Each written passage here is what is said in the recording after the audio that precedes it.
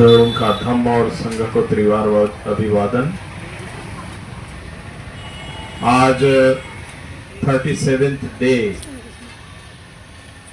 37वां दिन है हमारे अनिश्चितकालीन बुद्ध गया महाबोधि महाविहार मुक्ति आंदोलन का। ऑल इंडिया बुद्धिस्ट फोरम के साथ तमाम पूरे देश के बौद्ध संगठन, सभी छोटे बड़े पूरे भारतवर्ष के मिला करके हम लोगों ने पिछले 2 साल से तैयारी की थी।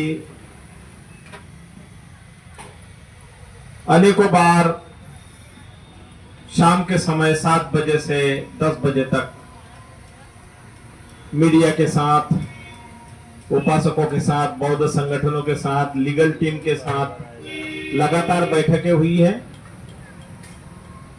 और दिल्ली में भी सभा की है, पटना में मीटिंगें सभा की है, बोध गया में सभा और मीटिंगें की है और एकमात्र लक्ष्य बोध गया मंदिर अधिनियम 1949 जो बोध गया टेम्पल एक्ट 1949, यह जो एक अन्यायपूर्ण काला कानून जो भारतीय संविधान पर कलंक है, लोकतंत्र के ऊपर एक कलंक है, उस कलंक को धोने के लिए ये पूरी तैयारी कर रहे थे। इस बात को बड़े गंभीरता से समझिए कि जहां पर तथागत बुद्ध ने सम्यक संबोधि प्राप्त की वो स्थान बुद्ध गया, जहां पर सम्राट अशोक ने संबोधि स्तूप का निर्माण किया और यहां से 84,000 स्थानों को 84,000 स्थान माने सम्यक संबुद्ध के 84,000 उपदेशों पर धर्म स्कंदों का बुद्ध के उपदेशों को याद रखते हुए उतनी विरासतें जम्बूद्वीप में खड़ी की।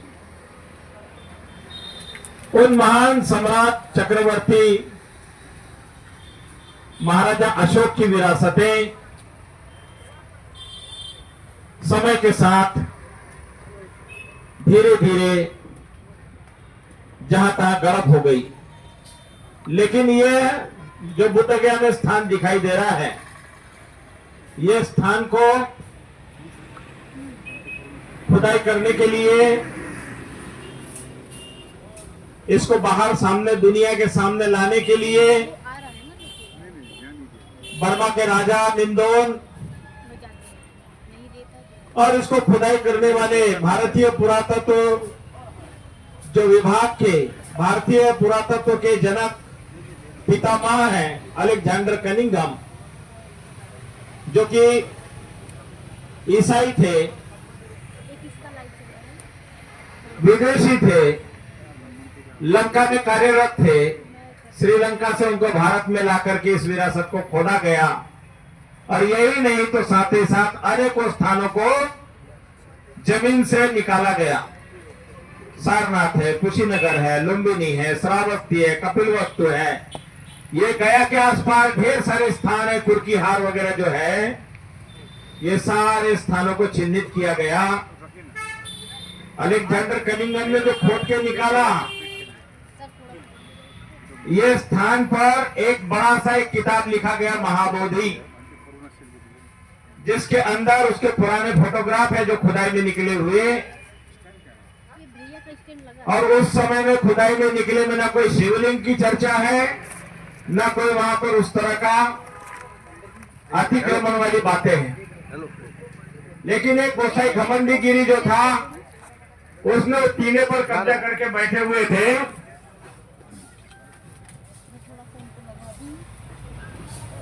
और इसका लंबा चौड़ा इतिहास है। तो हम लोग जो 2 साल से तैयारी कर रहे थे, इसके पीछे लगभग 200 साल का इतिहास। अनागारिक धम्मपाल जी 1891 में भारत आए। 1851 में भारत आने से पहले श्रीलंका में पानदुरा बोल के जगह है, वहां पर एक बहुत बड़ी भयंकर डिबेट हुई थी सुमंगल महास्थवीर, ईसाई दुनिया के क्रिश्चियन लोग जो थे अमेरिका से और इंग्लैंड से, वहां बड़े बड़े फादर लोगों ने ओपन डिबेट की थी और ओपन डिबेट में वो हारे थे। और उस समय ये चर्चा दुनिया के वो अखबारों में छपी। उन अखबारों की चर्चा को सुनकर के sir colonel Olcott, sir colonel Henry Olcott America से आकर के बौद्ध बने लंका में। मेरी ब्लावस्की रशिया से जाकर के वो दीक्षा ली श्रीलंका में, उपासिका बनी। उनकी संस्था थी थियोसॉफिकल सोसाइटी, उसका हेडक्वार्टर था चेन्नई के पास में, अभी भी इग्मोर बोल के जगह है वहां, उसका वहां हेडक्वार्टर था। उन्हीं लोगों ने जिद्दू कृष्ण मूर्ति को तैयार किया था। एक नया जिद्दू कृष्ण मूर्ति की चर्चा आती है, अभी बहुत से लोग नहीं जानते हैं, लेकिन जो 60-70 साल के बुढ़े हैं, 80 साल के बुढ़े हैं, वो लोग जिद्दू कृष्ण मूर्ति की बहुत बड़ी चर्चा करते हैं।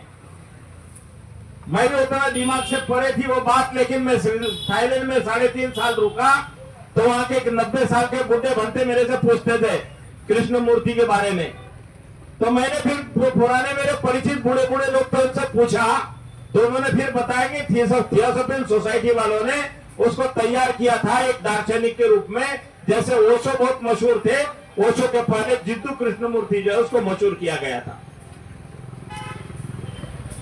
तो ये महाबोधि विहार जो है, ये अनेकों दार्शनिक, अनेक इतिहासकार, अनेक पुरातत्व विभाग के वेत्ता लोगों का योगदान है। और आज भी जो आते हैं सारे दुनिया के लोग क्या के लिए आते हैं?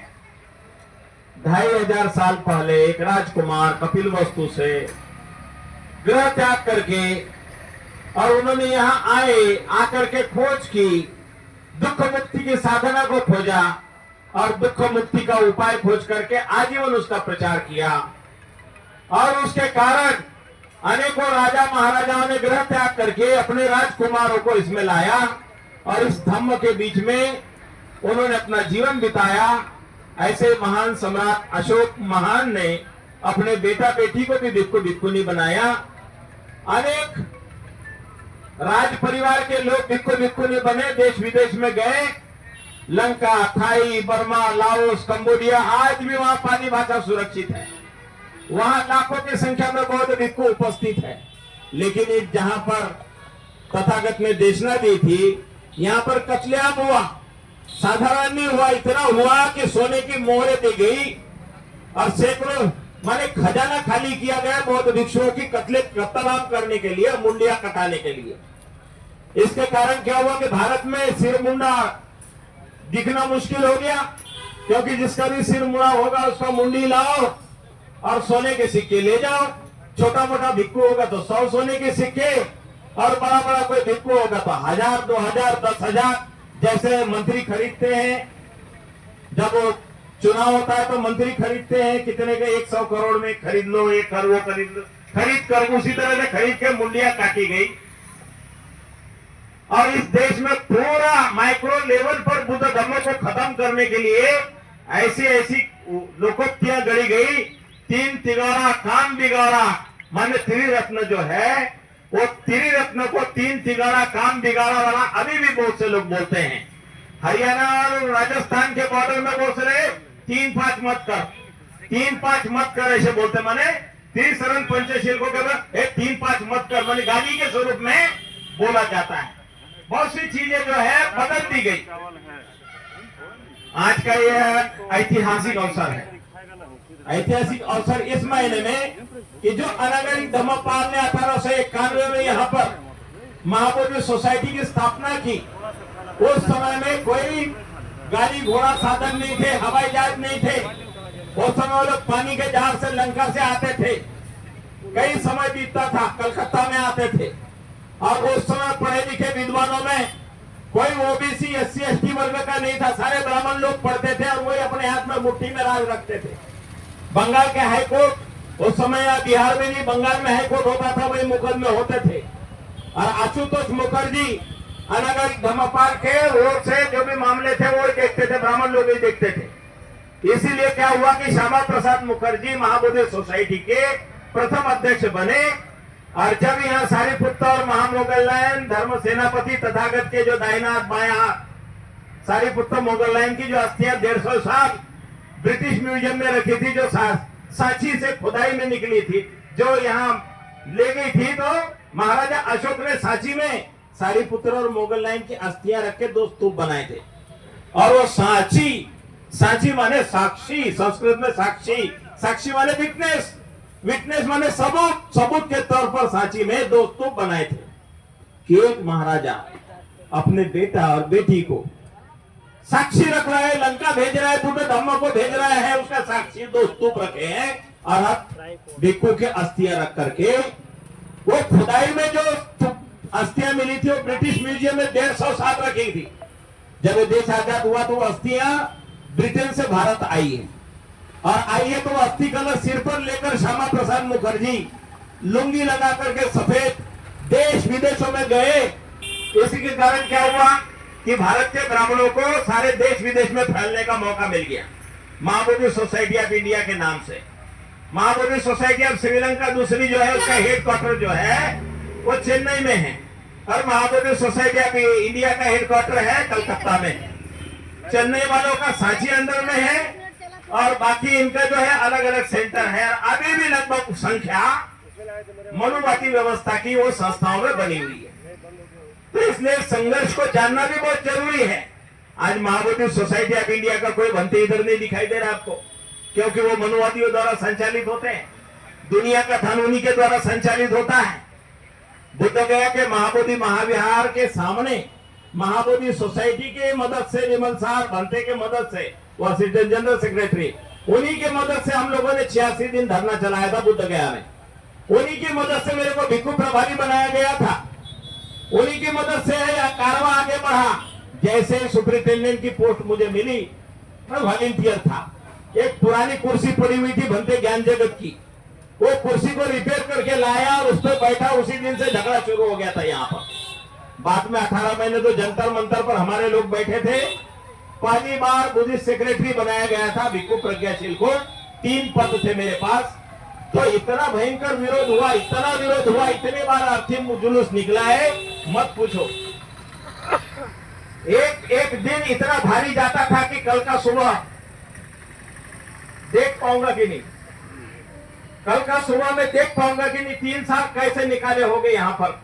जो महाबोधि विहार के आसपास बिजली बत्ती देख रहे हो, जो वहां पानी वानी सुविधा देख रहे हो, वो सारा लड़ झगड़ के खड़ा होकर के कई बार इतना विरोध हुआ, गोलियां चली है। बहुत भयंकर विरोध के बाद में वो विकास देख रहे हैं। और अभी जो बच्चे लोग बोल रहे हैं कि प्रज्ञाशील रहते समय वहां कुछ नहीं किया, हमारे जो बड़े बनते आनंद जी जो है बोलते हैं कि वो कमेटी में कैसा था। अरे तुमने मेरे को बिठाया था, मैं तो बच्चे जैसा था, छोटा था, 26-27 साल उम्र थी। और तब कलेक्टर बोलता था ये आजकल का लड़का जो है इसको कैसे बिठा रहे हैं। तो आनंद भक्त बोलते थे तुम भी कलेक्टर बने तो तुम भी तो क्या एकदम से बन गए क्या, तुमने भी तो ट्रेनिंग लिया होगा, धीरे धीरे सीखेंगे। ऐसे करके वो मेरे गार्जियन बन के मुझे बिठाया था। और जब हमारा आंदोलन वगैरह सारा हुआ और बाद में जब मामला चला तो मैंने प्रज्ञाशील को बकरा बना के बांधा था। वहां पे क्या बोलते थे, बकरा बना के बांधा था। और आज भी मैं बकरा बन के यहाँ बैठा हूँ, बकरा बन के यहाँ पर बैठा हूँ। 36वां दिन है। मैं अपने को कटाने के लिए, सिर कटाने के लिए बकरे के भूमिका में यहाँ बैठा हूँ। देख रहा हूँ भंते जी करुणाशील राहुल ने बोला था, हाथी की स्टोरी सुनाई थी कि बड़े बड़े हाथी जो चिंगार लगाएंगे हाथी आएंगे। हाथी की स्टोरी सुनाई थी ना। छोटी चिड़िया जो है चोंच में पानी लेकर के और उसके पंख झुलस गए, फिर भी वो जो गद्दारों की सूची में मैं अपना नाम नहीं लिखाना चाहूंगी, वो चिड़िया बोलती है बंदर हंस रहा था। वो स्टोरी जो है वो आज सार्थक हो रही है।